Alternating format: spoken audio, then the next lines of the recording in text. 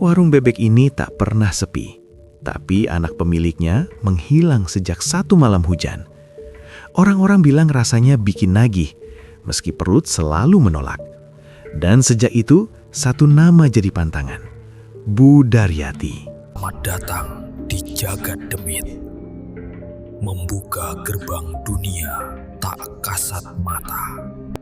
Pagi di pasar itu selalu sama. Bau tanah basah bercampur ikan asin, suara timbangan beradu, dan teriakan pedagang yang saling timpa. Tapi sejak beberapa bulan terakhir, ada satu nama yang entah kenapa selalu ikut terbawa di antara obrolan receh soal harga cabai dan bawang. Nama itu tidak disebut keras-keras, tapi diselipkan pelan. Seperti orang menyebut sesuatu yang kalau terlalu jelas diucapkan, bisa mengundang sial. Bu Daryati awalnya cuma bisik kecil di antara ibu-ibu yang semasima menunggu kembalian. Sampian, sudah coba bebek bumbu hitam dekat rel itu belum? Begitu pertanyaannya. Lalu yang ditanya mengangguk, matanya sedikit melebar, dan jawabannya selalu sama.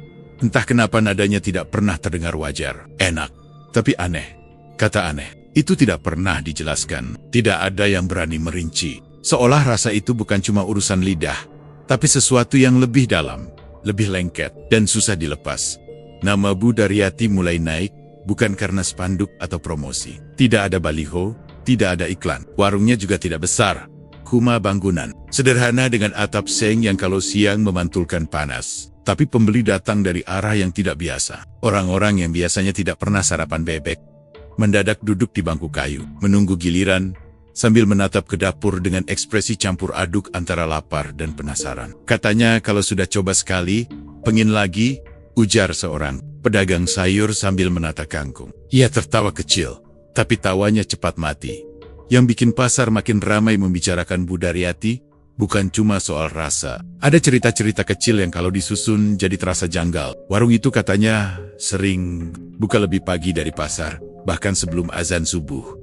Tukang sapu pasar pernah melihat lampu dapurnya menyala tengah malam. Jam loro isak, aku lewat, masih ada asap, katanya. Saat ditanya Bu Daryati masak apa jam segitu, ia menggeleng, sendirian. Tidak ada karyawan, tidak ada suara wajan, cuma bau. Bau itu juga jadi bahan omongan, bukan bau bumbu biasa. Ada yang bilang seperti kluwak terbakar, ada yang bilang seperti besi panas kena air. Ada juga yang cuma diam lalu berkata pelan, pokoknya bikin merinding. Anehnya, bau itu justru bikin orang datang, seperti ada yang menarik hidung mereka tanpa sadar. Aku niatnya cuma lewat, kata seorang pembeli, tapi kaki rasanya belok sendiri. Nama Bu Daryati makin sering disebut setelah orang-orang sadar perubahan hidupnya terlalu cepat. Dulu ia dikenal sebagai janda pendiam yang jualan nasi bungkus. Sekarang, uangnya seperti tidak habis. Ia bisa beli motor baru tunai, renovasi rumah, bahkan katanya sempat menawar ruko kecil. Laris, rezeki orang, beda-beda kata sabajian. Tapi yang lain saling pandang, lalu berbisik. Terlalu cepat. Di antara bisik itu, ada satu topik yang selalu membuat suasana pasar mendadak senyap. Anaknya, anak perempuan Bu Daryati, yang dulu sering terlihat bermain di sekitar lapak, sekarang jarang sekali muncul. Kalaupun ada yang bertanya, jawabannya singkat, lagi sakit. Atau, lagi tidur. Tidak pernah ada cerita lebih lanjut. Seorang penjual jajanan pernah mencoba bercanda. Anaknya mana Bu? Kok enggak bantu-bantu? Bu Daryati tersenyum, tapi matanya dingin.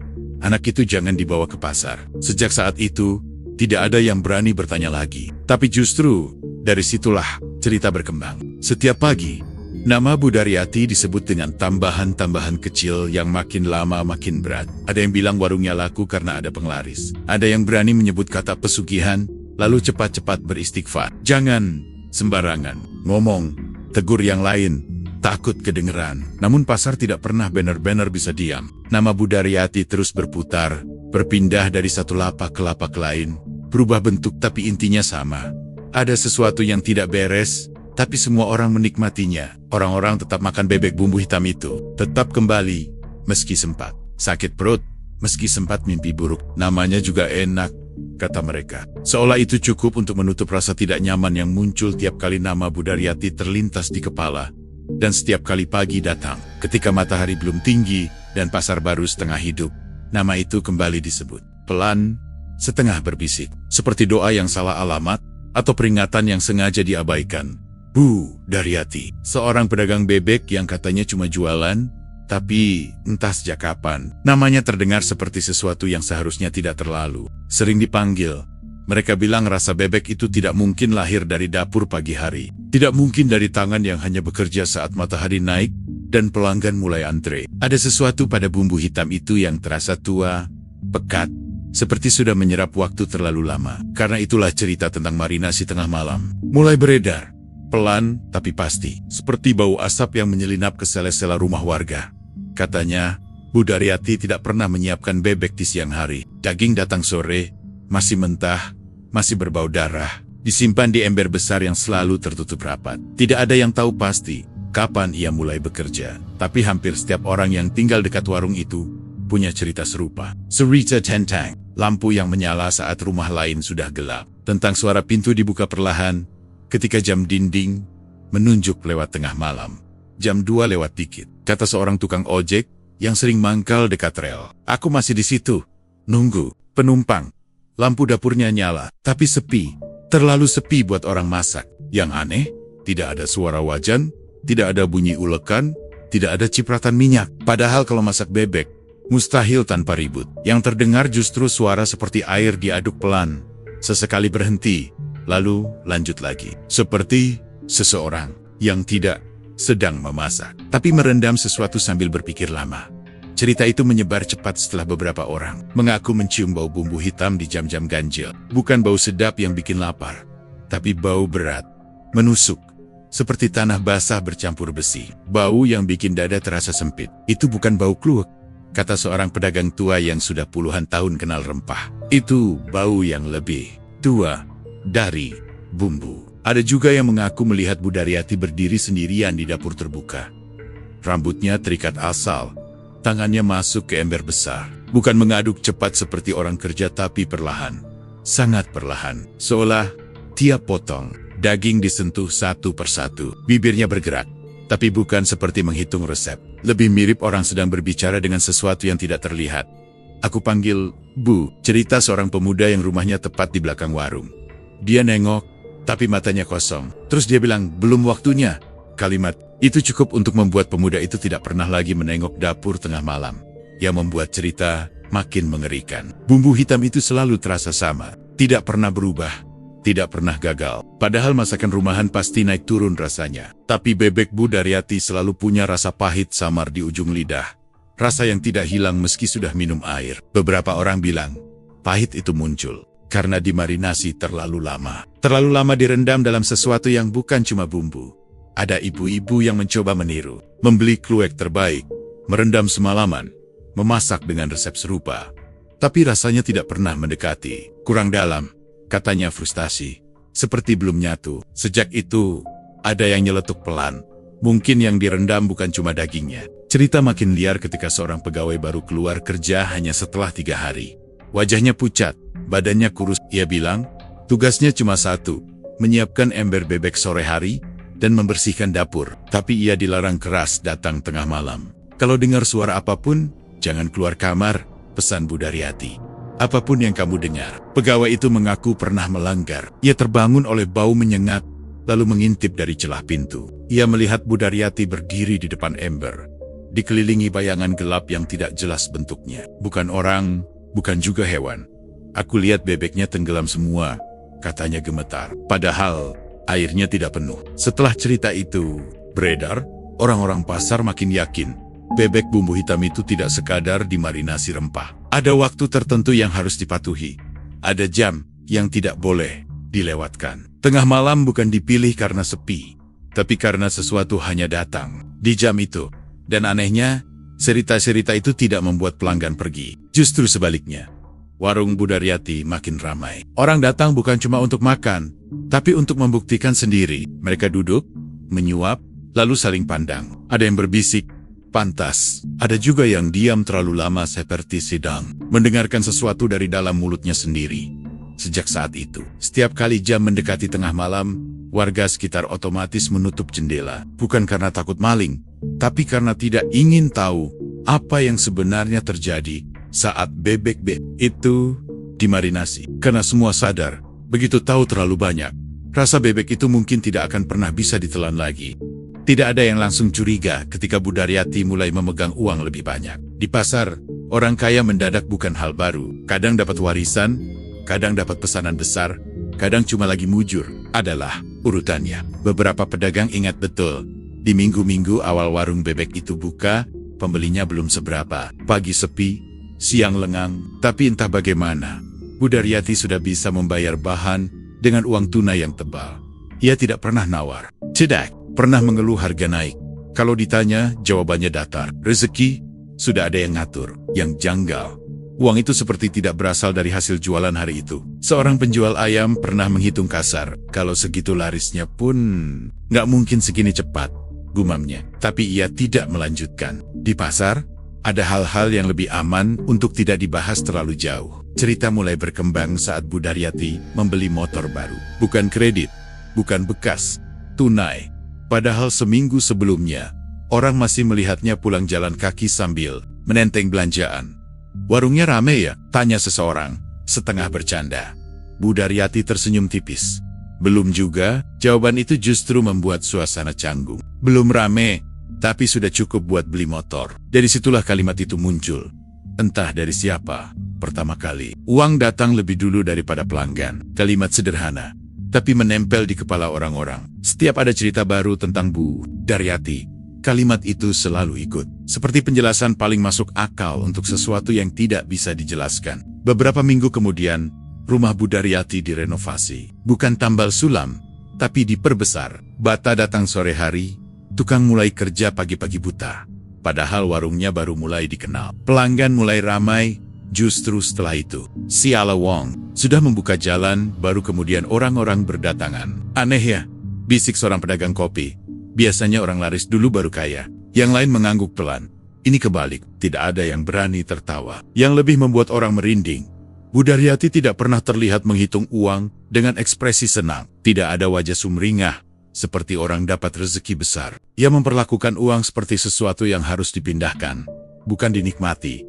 Dihitung cepat, disimpan rapi, lalu ditinggal. Seolah uang itu bukan hadiah, tapi titipan. Pernah suatu pagi, sebelum warung buka, seorang tetangga melihat Bu Daryati duduk di ruang depan rumahnya. Di depannya ada tumpukan uang pecahan besar. Bukan hasil jualan pagi itu, karena belum ada satupun pelanggan. Tetangga itu sempat bercanda, "Bu, kayak habis rampokan bank." Bu Daryati menoleh, menatap lama, lalu berkata pelan, "Ini bukan buat saya."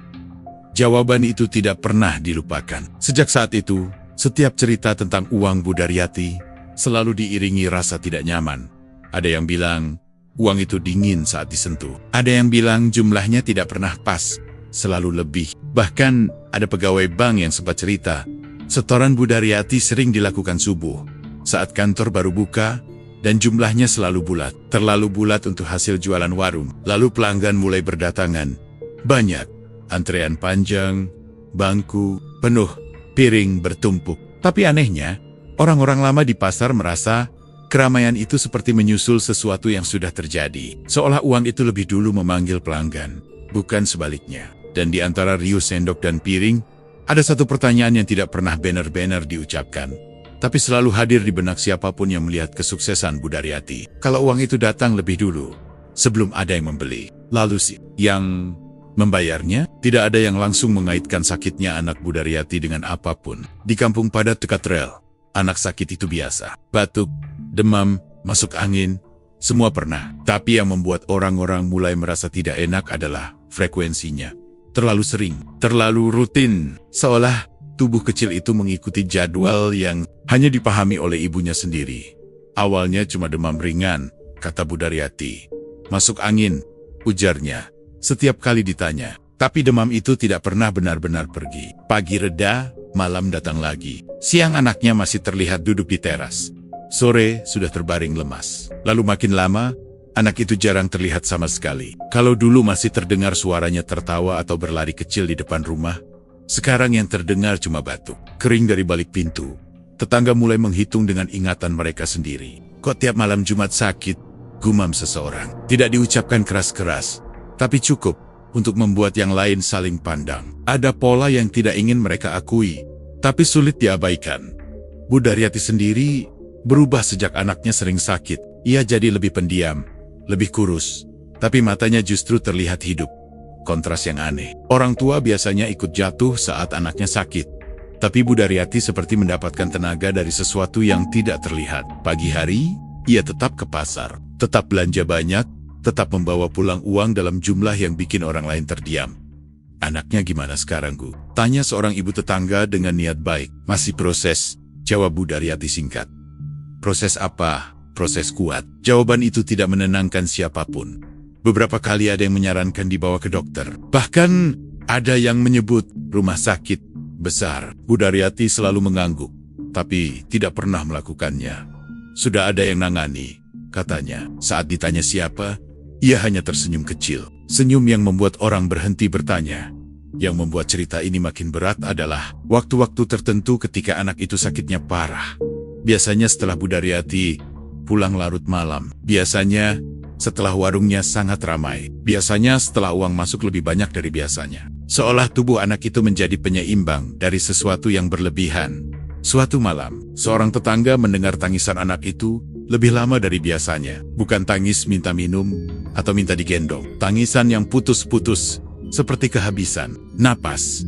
Tetangga itu berdiri di balik pintu, ragu untuk mengetuk. Dari dalam, terdengar suara Bu Daryati. Pelan, tapi tegas. Sabar, sedikit lagi. Sedikit lagi apa? Tidak ada yang tahu. Besok paginya, warung buka lebih awal. Bu Daryati terlihat segar. Bebek habis lebih cepat. Uang menempo. Sementara kamar anaknya tertutup rapat, jendelanya digelapkan. Tidak ada suara.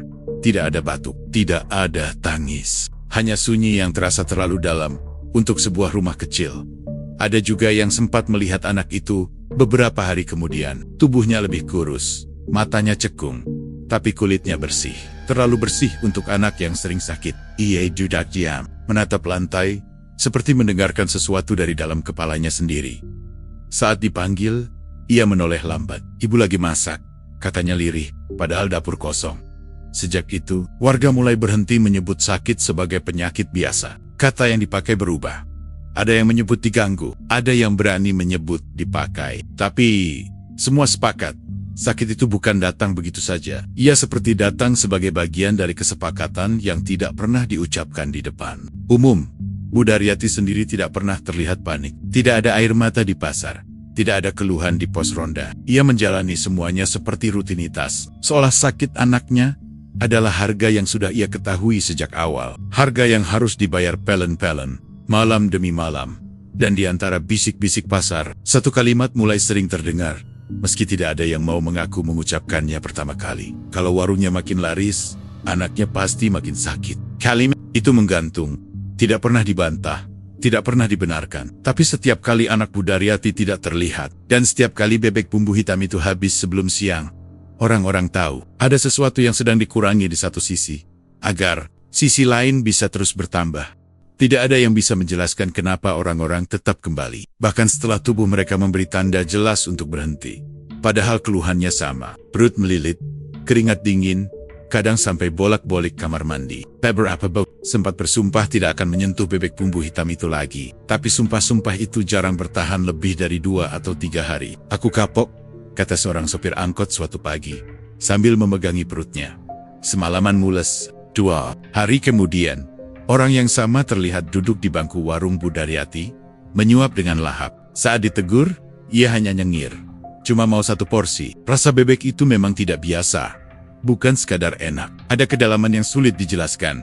Seperti ada lapisan rasa yang baru muncul setelah kunyahan terakhir. Gurihnya tertinggal lama. Pahitnya samar tapi bikin nagih. Setelah makan, lidah seperti terus mengingat. Bahkan saat perut mulai memberontak, pikiran justru kembali ke rasa itu. Beberapa orang bilang sakit perut itu wajar, efek luwak, tapi terlalu banyak yang mengalaminya. Dengan pola yang sama, mules datang beberapa jam setelah makan, disertai mimpi aneh saat tidur. Mimpi tentang dapur gelap, tentang suara air, tentang tangan yang mengaduk sesuatu tanpa wajah. Anehnya, mimpi itu tidak selalu menakutkan. Ada yang justru merasa nyaman, bangun dengan tubuh lemas, tapi pikiran penuh rasa rindu yang tidak jelas arahnya. Kayak habis ditegur, tapi juga dikasih, ujar seorang pelanggan sambil tertawa. Kecil, lalu langsung terdiam karena kalimatnya sendiri. Dokter puskesmas sempat menyarankan untuk berhenti makan di situ. Kalau bikin sakit, ya jangan dimakan, katanya sederhana. Tapi saran itu terdengar terlalu logis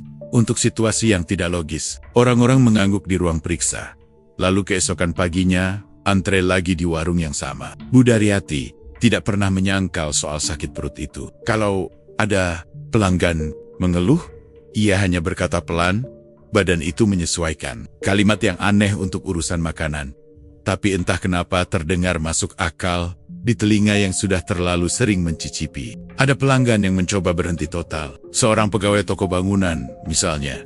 Ia bilang ingin membersihkan badan. 3 hari ia bertahan. Hari keempat, ia datang dengan wajah pucat. Aku nggak tahan, katanya pada temannya. Rasanya, ada yang kurang. Ia makan pelan, menahan perut yang sudah mulai protes. Setelah itu, wajahnya terlihat lega, seperti seseorang yang baru menyelesaikan kewajiban. Kata ketagihan sering muncul, tapi tidak ada yang berani mengatakannya. Ketagihan biasanya soal rasa. Ini lebih dari itu. Seperti ada dorongan yang muncul dari tempat lain, dari perut, dari mimpi, dari sesuatu yang tidak bisa disentuh. Beberapa ibu-ibu bahkan mulai membawa bekal obat diare setiap kali makan di situ. Bukan untuk berjaga-jaga agar berhenti, tapi agar bisa makan lagi besoknya. Yang penting jangan sampai bolos, kata salah satu dari mereka, setengah bercanda. Tidak ada yang tertawa. Cerita paling aneh datang dari seorang pemuda yang mencoba muntah setelah makan. Karena perutnya benar-benar tidak kuat. Ia bilang, apapun yang ia lakukan, rasa itu tidak mau keluar. Perutku sakit, katanya gemetar. Tapi di mulut rasanya masih enak. Sejak malam itu, ia jadi pelanggan tetap. Di pasar, orang-orang mulai menyimpulkan dengan cara mereka sendiri. Rasa bebek itu bukan untuk tubuh. Tubuh menolak. Tapi sesuatu di dalam diri mereka justru menerima. Dan yang diterima itu minta diulang. Lagi dan lagi. Bu Daryati seolah tahu semua itu. Ia tidak pernah menawarkan porsi besar. Tidak pernah menyuruh tambah. Ia membiarkan orang datang sendiri. Datang sambil mengeluh. Datang sambil takut. Datang sambil membawa obat. Tapi tetap datang. Dan setiap kali seseorang berkata, ini terakhir, Bu Daryati hanya mengangguk. Tidak membantah. Tidak meyakinkan siala ia tahu. Keputusan itu bukan lagi milik pelanggan. Karena pada akhirnya, rasa bebek bumbu hitam itu tidak sekadar tinggal di perut. Ia menetap di ingatan. Dan selama ingatan itu masih ada, sakit perut hanyalah harga kecil untuk sesuatu yang terasa jauh lebih penting. Meski tidak ada yang berani menyebut apa sebenarnya yang mereka kejar saat kembali duduk di bangku warung, Bu Daryati, perubahan itu datang pelan tapi pasti.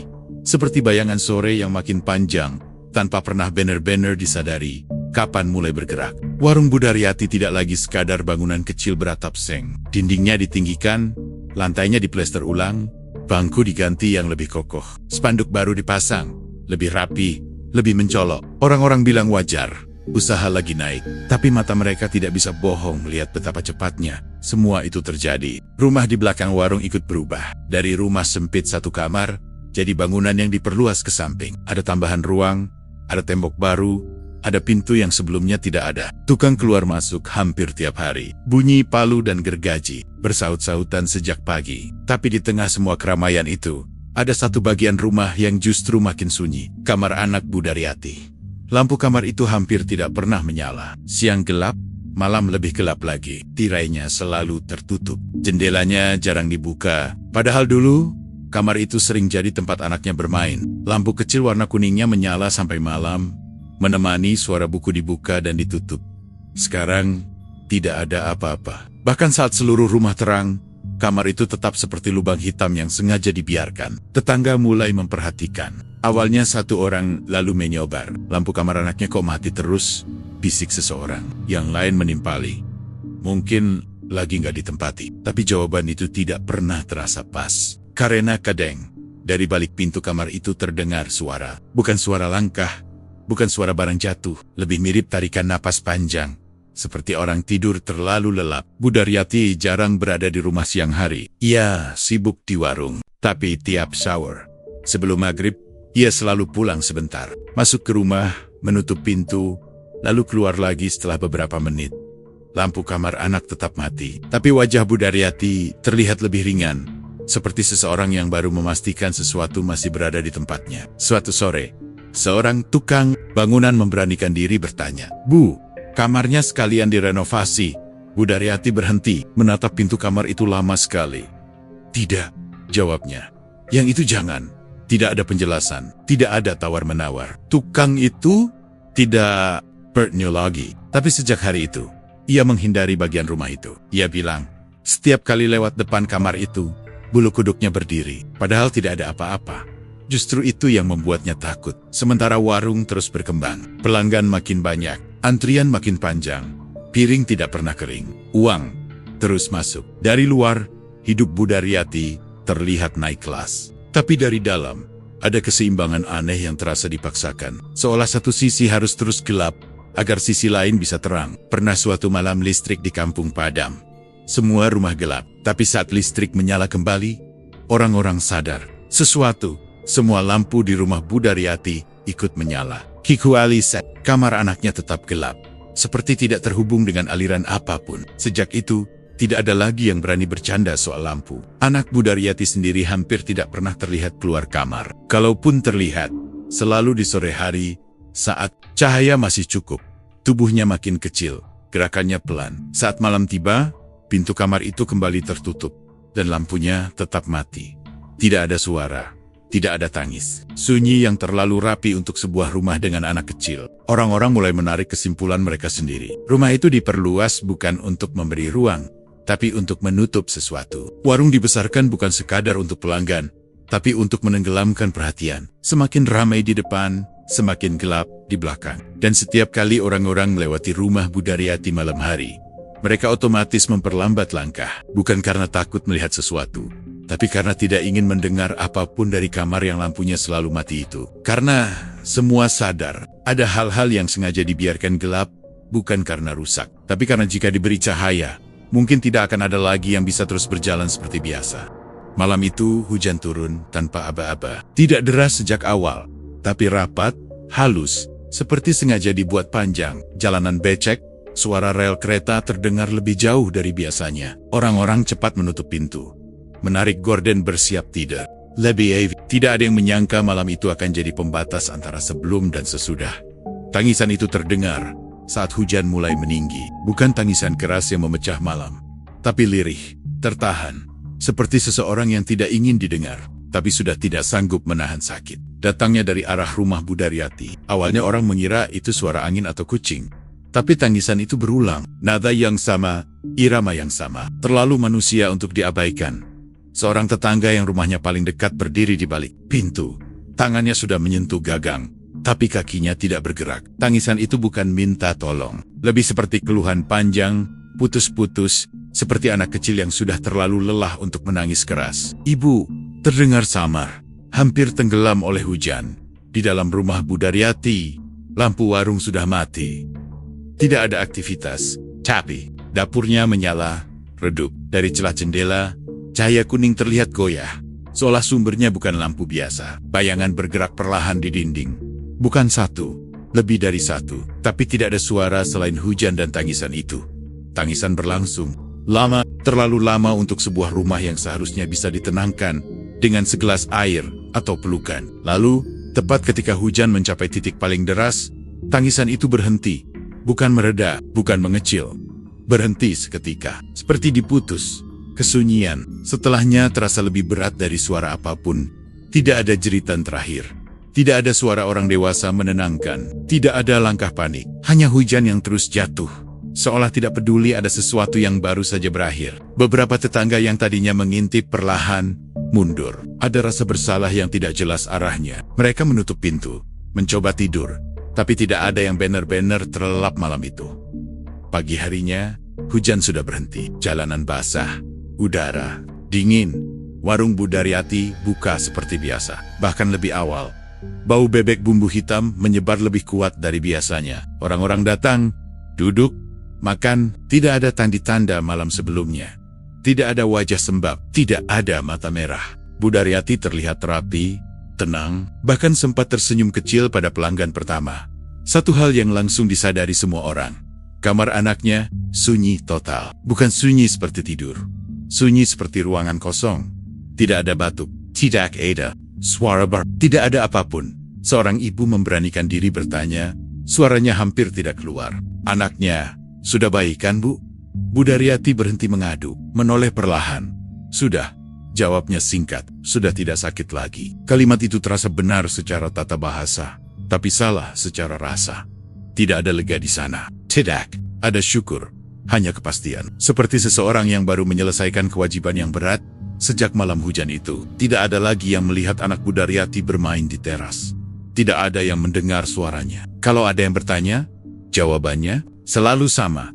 Lagi istirahat, atau sudah diurus. Yang berubah bukan cuma rumah itu, tapi suasana sekitar. Orang-orang merasa warung Bu Daryati jadi berbeda. Lebih ramai, lebih cepat habis. Rasa bebeknya makin dalam, makin pekat. Sakit perut datang lebih sering, tapi pelanggan juga datang lebih patuh. Tidak ada yang berani bercanda lagi. Tidak ada yang berani bertanya soal anak.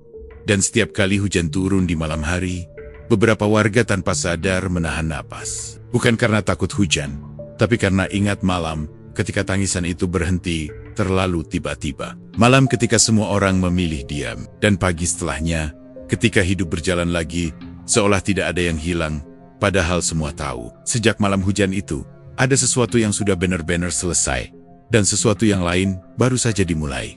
Cerita tentang anak Bu Daryati berubah bentuk setelah malam hujan itu. Bukan lagi soal sakit, bukan lagi soal kamar gelap. Kini alasannya lebih rapi, lebih bisa diterima orang luar. Anak itu, kata Bu Daryati, sudah sekolah, di pondokan, biar ada masa depan, biar tidak ikut hiruk-pikuk warung. Jawaban yang terdengar masuk akal, bahkan terkesan bijak, kalau tidak dipikirkan terlalu lama.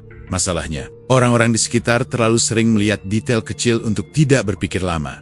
Sekolah itu punya jam, punya hari libur, punya antar jemput. Tapi tidak satupun warga pernah melihat Bu Daryati mengantar anaknya pergi. Tidak pernah ada koper kecil, tidak pernah ada pelukan perpisahan di pagi hari. Anak itu seperti langsung lenyap dari rumah ke kata sekolah tanpa melalui perjalanan. Sekolahnya di mana, Bu? Tanya seorang tetangga suatu sore. Nadanya dibuat ringan. Jauh, jawab Bu Daryati.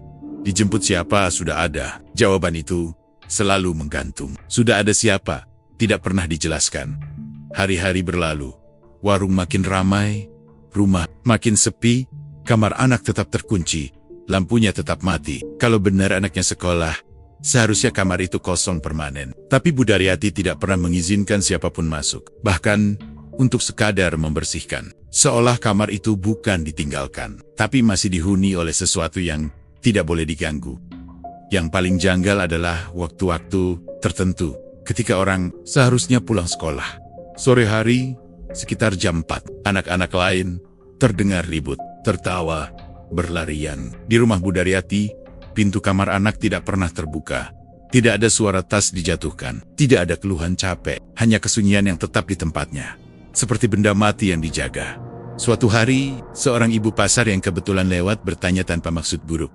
Libur sekolah kapan, Bu? Biar anaknya bisa main sebentar di rumah. Bu Daryati terdiam, agak lama, terlalu lama untuk pertanyaan sederhana. Sekolahnya tidak pulang, katanya akhirnya. Loh, sekali masuk, ya di sana. Sejak itu, tidak ada yang bertanya lagi.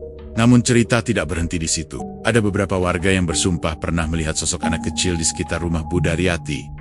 Sore menjelang maghrib, rambutnya sama, bajunya pucat, tapi setiap kali didekati, sosok itu tidak pernah sampai ke pintu rumah. Selalu berhenti di depan kamar yang gelap itu, lalu menghilang. Mungkin salah lihat, kata mereka, tapi suara mereka tidak pernah terdengar yakin. Pegawai warung yang datang belakangan pun tidak pernah tahu wajah anak Bu Daryati secara jelas. Mereka hanya tahu ada kamar yang tidak boleh didekati. Ada waktu-waktu tertentu di mana mereka diminta keluar rumah lebih cepat. Kalau dengar apapun, anggap saja hujan, pesan Bu Daryati. Bahkan saat langit cerah, sekolah biasanya meninggalkan jejak, seragam dicuci, buku dibeli, biaya ditagih. Tapi tidak ada satupun yang terlihat. Uang memang keluar dari tangan Bu Daryati, tapi selalu dalam jumlah besar dan waktu yang tidak biasa. Tengah malam, subuh, seperti membayar sesuatu yang tidak mengenal kalender. Orang-orang mulai menyadari satu hal yang membuat dada terasa sesak. Anak Bu Daryati tidak pernah dijemput, karena mungkin tidak pernah benar-benar pergi. Kata sekolah, hanya nama lain untuk sesuatu yang tidak bisa mereka terima jika disebutkan apa adanya.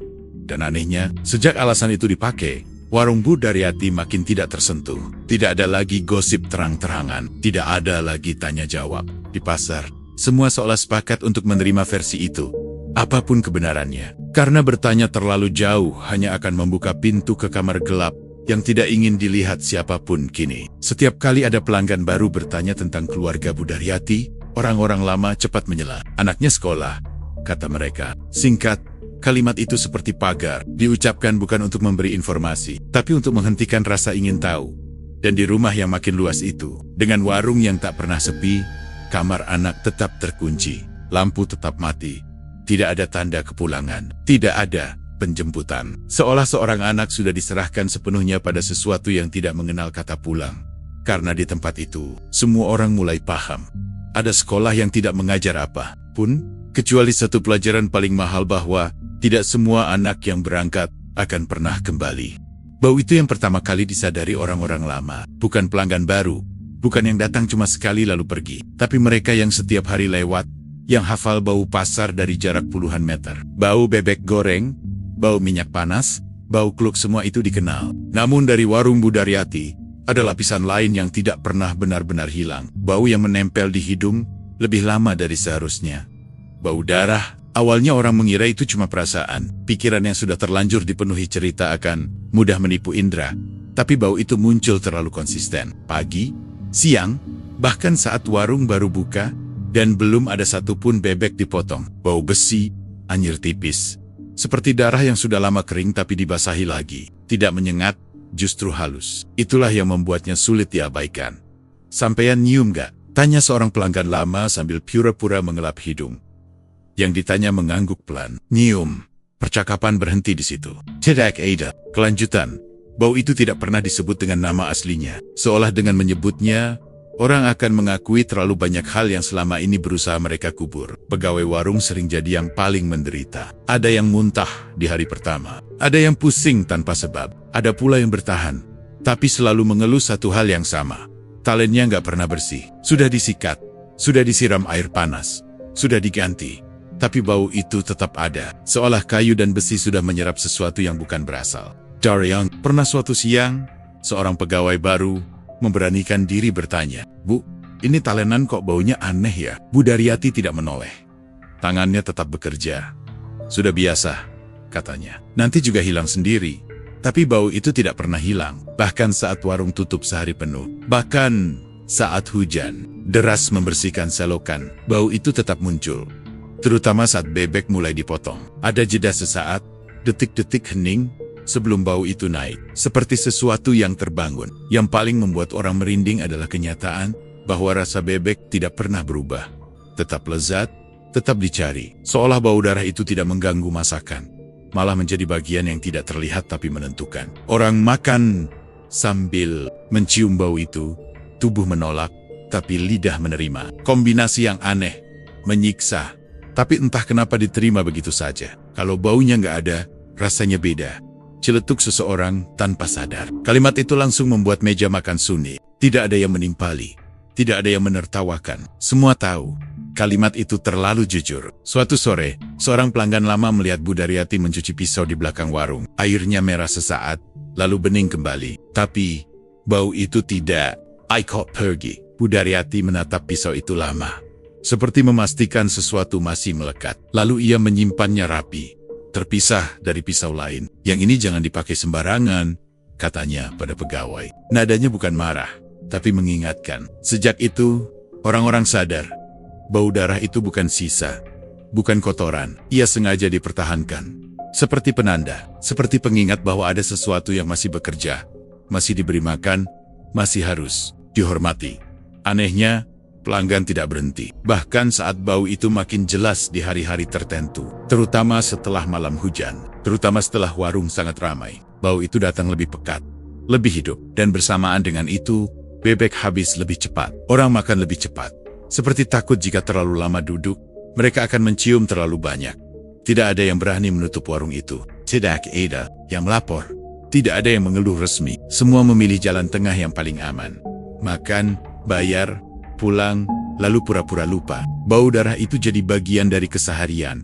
Seperti suara kereta lewat, atau azan subuh yang terdengar jauh. Namun di dalam hati, semua orang tahu satu hal yang tidak pernah diucapkan. Bebek tetap dijual, iya, tapi bau itu bukan berasal dari bebek semata.